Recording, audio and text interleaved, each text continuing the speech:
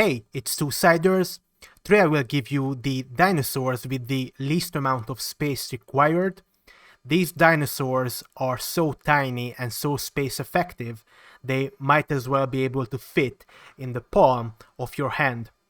So, most of these dinosaurs out of the 5 belong in the same family, and the way you calculate space is, well, you would normally create a square of fence, but I also got the calculations from a website called paleogg.com. So the 5th dinosaur on the list is, of course, the Nodosaurus. You probably already made this dinosaur in your park. It's a tiny ankylosaurid that can fit into just one square space of fences. It needs a little bit of water and whatever, like ground leaf. But it's really space effective.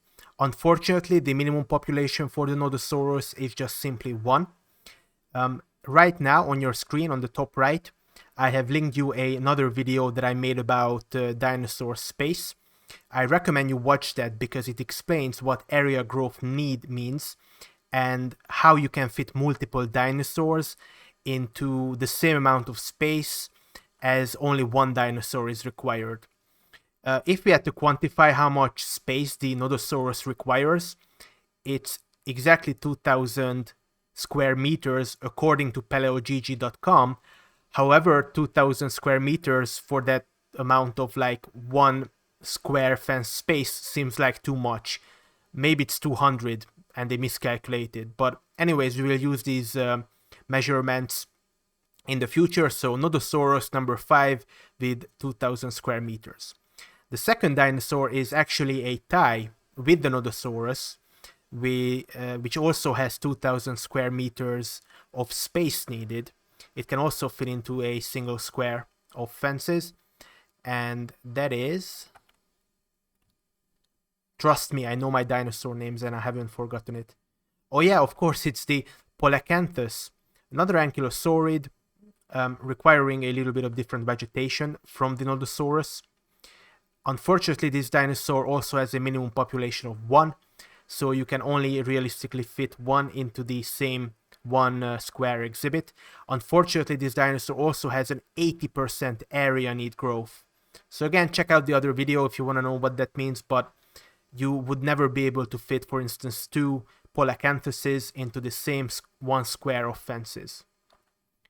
At number 3, we have a really divine increase of dinosaur population because we have the Minmice.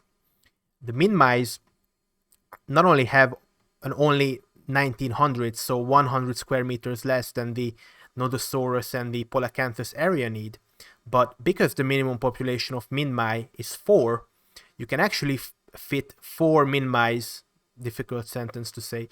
You can actually fit 4 Minmice in the same one square exhibit as you are able to do with just 1 Minmi, and you still need it because if you have less than 4, these Minmice are going to be lonely socially, and they will be not they will not be comfortable. They will try to break out, they will get sick and whatever.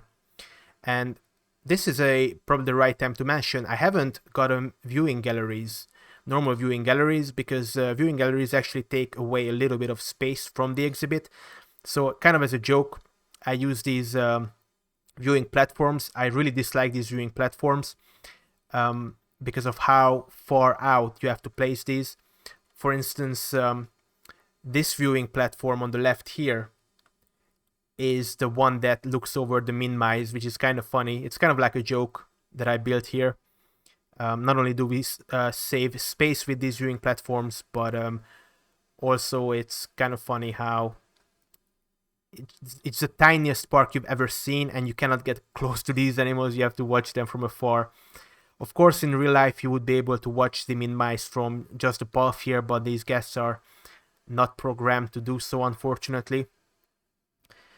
Let's go to number 2, which is from a completely different dinosaur family. And it's really difficult to see these, but I spotted 2 of them. Of course, we are talking about the Lystrosaurus. These are DLC animals. And just like the Minmice, you can fit 4 Lystrosaurus in the very same exhibit. And the Lystrosaurus actually have an even smaller space requirement than the Minmice at 1800. So Nodosaurus, Polacanthus 2000, Minmi 1900, and then these Lystrosaurus are 1800. So we don't even need this entire square. 1 square of fences equals around 2300-ish area required or something like that. But it's still really cute. We could even fit probably like a viewing gallery in here and it would still be okay with them. I haven't done much with these exhibits. They even have more water than they require, but they glitched out and didn't want to drink from a smaller pond, so I had to expand it. But yeah, number 2, Lystrosaurus. Crazy that these are not number 1, because number 1 is, it has to be a programming error by the developers. Number 1 is actually, who would have thought, it's another ankylosaurid. It's a very special ankylosaurid because the author of Jurassic Park, the book, has been named after these dinosaurs. Actually, it's the other way around. So these dinosaurs have been named after the author of Jurassic Park. And of course, we are talking about the Crichtonsaurus.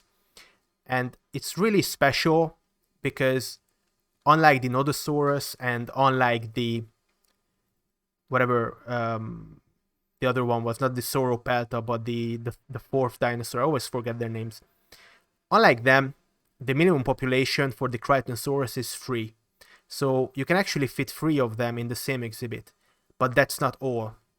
The Minmice, you could fit 4 Minmice in the same exhibit, so what two-siders? Well, these guys have 1,450 space requirements.